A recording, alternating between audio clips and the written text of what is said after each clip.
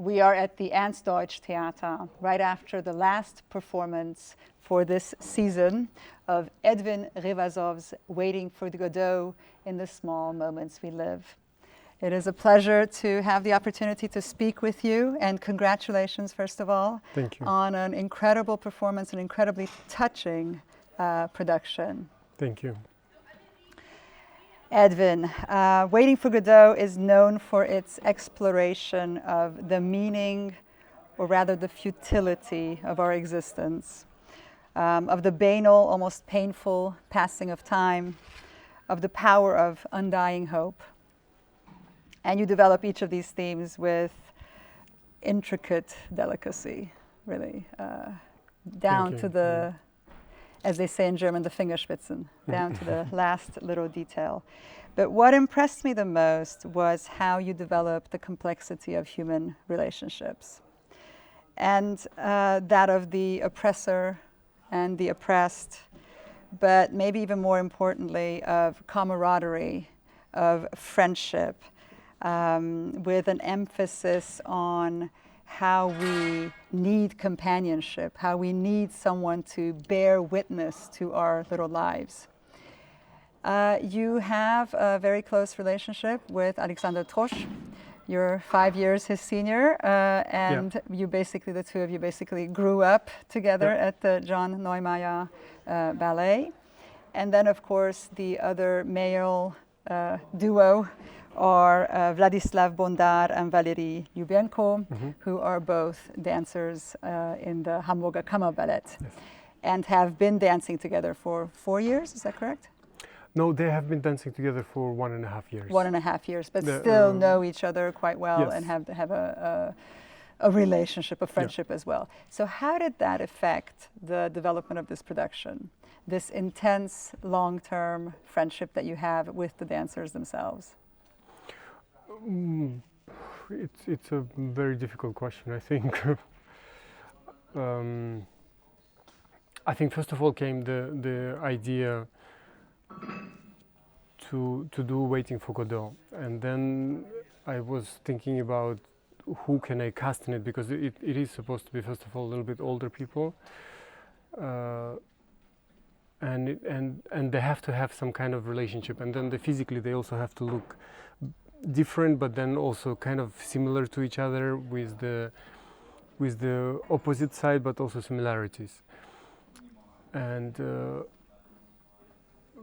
then I was kind of thinking about who could it be, and then of course I wanted Sasha to do it, but then I couldn't find anybody to not that I couldn't find, but I couldn't see anybody doing it somehow except of me. It sounds very funny, but it needs to have this friendship for long, because also a lot of actors when they do this play, they're usually long-term friends for over 30-40 years. So, and that chemistry, these little intricacies, these little history things together, because for example in the ballet there's a lot of nuances that came from, for example, I mean, we both did Tazio, we both did Romeo's, we had the different roles that we shared, so that brings a lot of memories in our artistic development of these roles. Give me an example of a movement that was important. Or that grew out of for this. Example, for me was one of the most important roles, one of the first important roles was Tazio in Death in Venice. So therefore the entrance of Estragon, it's kind of rolling out of the ditch. So, and that it shows that in Death in Venice, the beginning of second act, it's Tazio, he rolls front on stage. Or for Sasha was very important role, his first important role was Romeo when he was still in the school. So, and in the beginning he kind of lies in the similar position as Romeo in the beginning. And then there's some little movements that are sneaked in the choreography as an echo of what we did. What I found really touching were, for example, the teeter-totter, you know what I mean, when you lift each other, and that's repeated quite often, or of course at the end where, you know, he raises his shoulder and gets on his toes to accommodate your weary head. How did you come up with those movements? I mean, this teeter-totter, for example, is almost this childish, waving of two bodies together. I mean, well, first of all, I had to find the scenes in the play and what each scene represents. And I mean, sometimes it's just waiting and what movement would represent waiting. But most important is not even the scenes or the movement, it's the parts between the lines. So it's not just the text, it's the text, the meaning behind the text. And what is unsaid. It's like what Satie said, the music is the silence between the notes. And that is the most important things that I wanted, well, I tried to achieve with the whole piece, with the structure of it, with the movements and the music, of course. And you do that beautifully. I mean, you really put the emotionality first.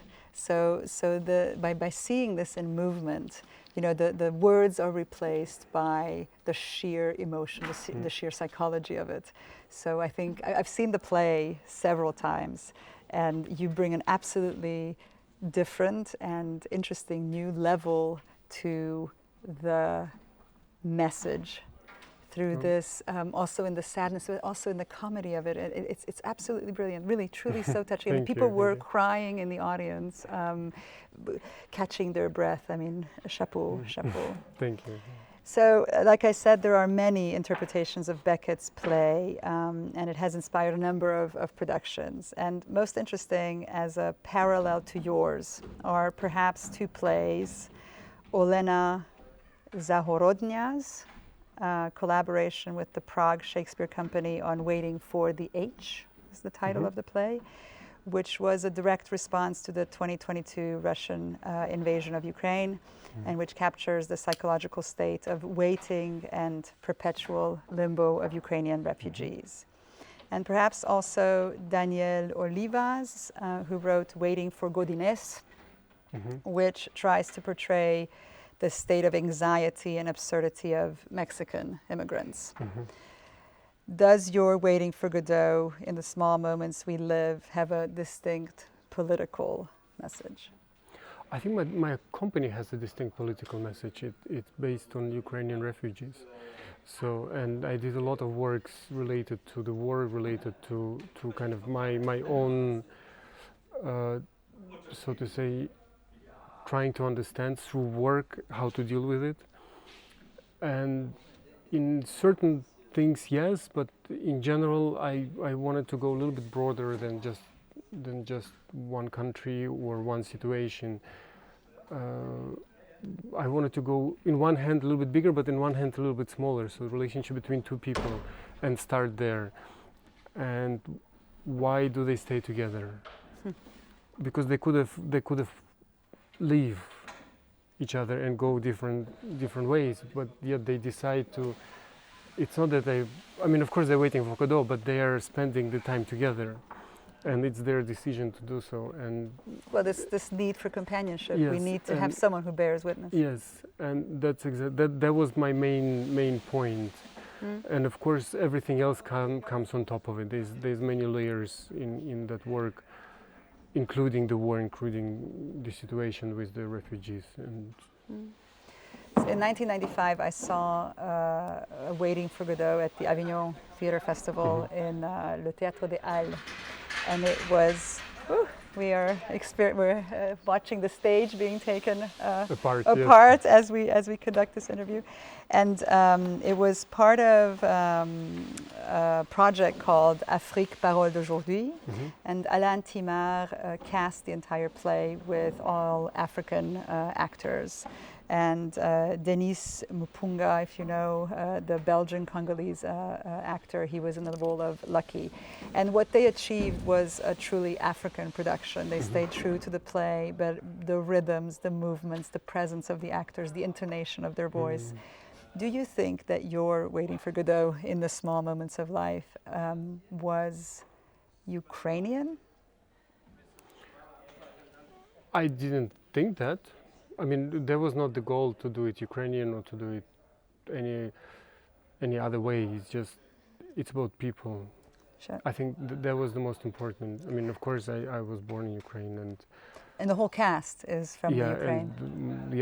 Does that add an element of a special element to it, or of course, in I the think movement as well? It's our understand. I mean, we come from the same country, so we understand each other easier. So yes, but that was not the goal of. For me, in general, art has no nationality. So I try not to limit it to one group of people. I mean, of course, I created this company for Ukrainian because I think at the moment they need it the most. And they're such beautiful dancers that they need a group of performing and developing and continuing doing what they love. And yeah, that's the... I hope I'll have the chance to speak to you again, so I'll push you on it later. I think there is a certain style or movement. I agree with you that there's no absolute national character. I mean, you know, dancers travel all around the world, but there is, don't you think there's like something in the movements, that there are certain intricacies of the movement, that certain... I didn't think perhaps, so, but it could be. No, I mean, you're the expert, so so it's not. I didn't find that, but it could be. I mean, I never looked for it, so maybe I just never saw it. Sorry. No, it's very interesting.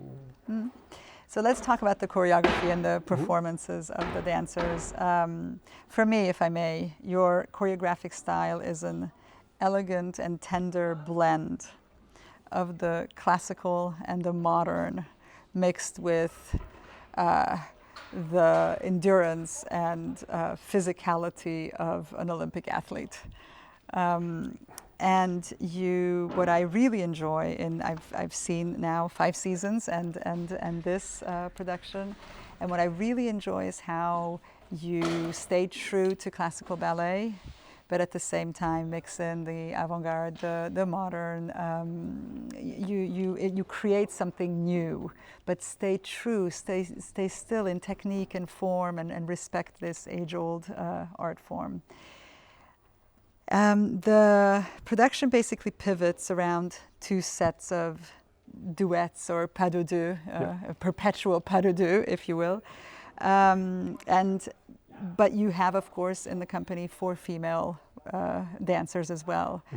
Then you come up with this brilliant idea of having the dancers incorporate, personify thoughts. Again, a stroke of genius. Absolutely, absolutely interesting. Absolutely important. You know, it's not just that, oh, okay, let's do something. It brought a different meaning to it. It brought the production farther. It brought the emotionality farther. How did you come up with that? Well, I was trying to think how would, because Vladimir in the play, he kind of often looks in the head and he thinks while looking at the head. So, and I found it was an important signature for his character, because it means he thinks a lot, or he tries to kind of find the truth, whatever that means, in his ideas. And then I was trying to think how would I do it, and I was researching the works of Beckett, and he did interesting work like quad. And I think that gave me an idea to start that process, that would be almost like Beckett thought, like how did he come up with this idea? So that would be kind of a parallel to Vladimir's ideas. So, and well, it started from that, and then it just layered on top of it. And there's a lot of moments that are from a different place from Beckett. Like, for example, when there's a head sticking out, just that there's a play that Beckett did with, I mean, normally it's 3 heads, where they just talk to each other, but in this case there's 2 heads. So, but there's always a little reference to, of course, his ideas and to his works that I found was important, but they mean sometimes a different thing.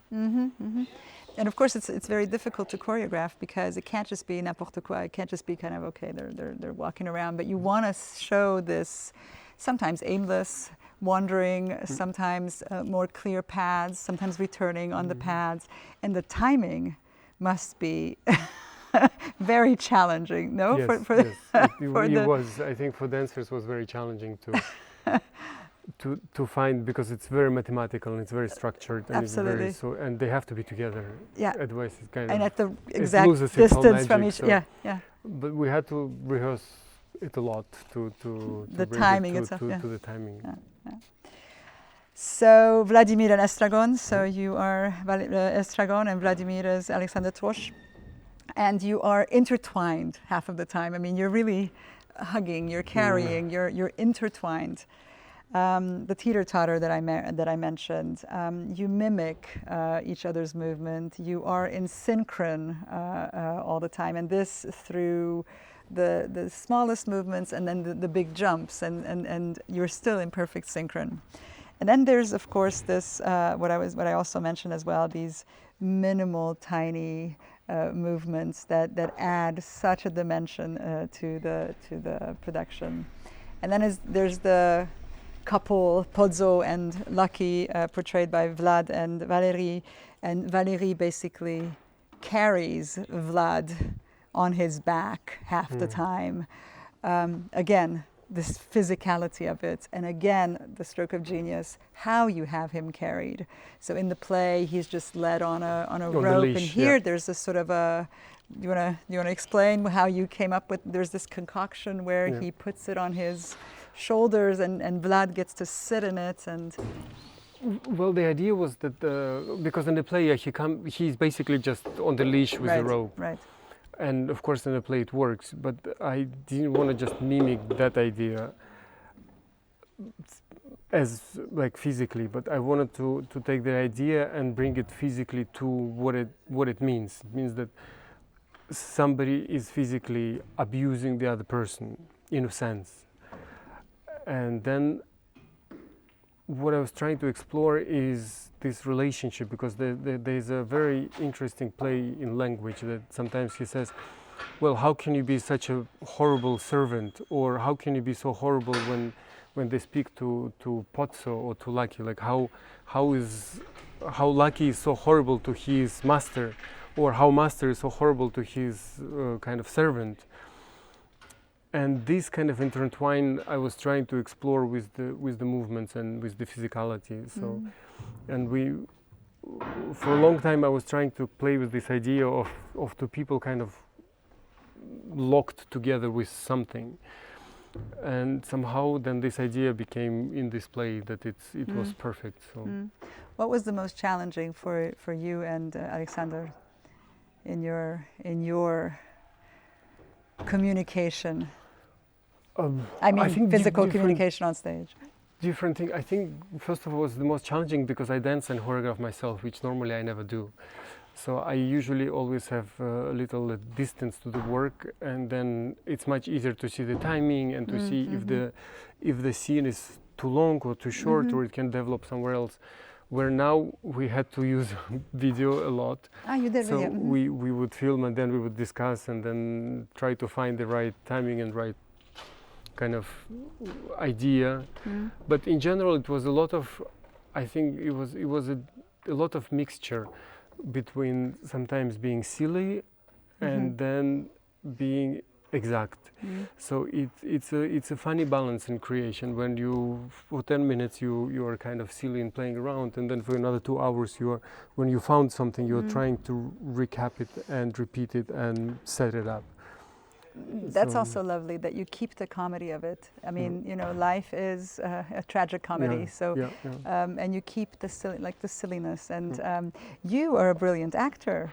I mean, your facial expressions, but all of you actually. I was really impressed by that as well. How you act on stage, and Alexander delivers lines on stage as a brilliant actor. He has great stage presence with that as well. Thank you. But also in this balance that you have to achieve, this when he's standing on your back, and there's it's not just dance. There's all these different layers to it. And of course, with Valérie, he delivers a solo in the play. He's asked to, Lucky is asked to, well, he's asked to dance. And so when his dancing is not very impressive, then they say, well, his thinking will be way more interesting. And of course, that's what you have to put into movement. And there he has to speak and recite and at the same time dance. And it's it's again an incredibly physical solo. And right after that, before he even catches his breath, Vlad sits on him again. And how did you train that? I mean, that's again like this. It's a cardio. Yes, by doing. just keep practicing. doing. Yeah, practicing. So will we be able to see this again? This absolutely has to be shown again. Well, I hope so. I mean, we are discussing with different partners. Maybe we'll do it some different cities, but I hope we can also do it in Hamburg one day. Absolutely, absolutely. So I was told to limit my questions to 3 to 4 questions. So I think our time is up. I hope we'll have the chance to speak again. Thank you so much, and congratulations again. Thank you. Thank you.